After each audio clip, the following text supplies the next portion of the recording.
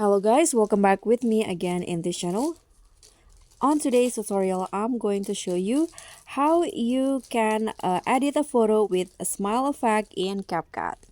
So if you guys cannot smile on a photo like this man on this photo, so if you want to make a fake smile on your photo, here's how you can do it on CapCut.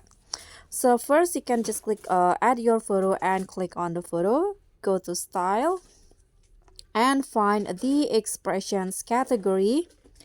Okay, so in here for the smile there will be three options: the dimple, chuckle, and also the smile face. So let's try the basic smile face first. You can see the photo will turn like this. Let's try the chuckle smile, or let's try the dimple one.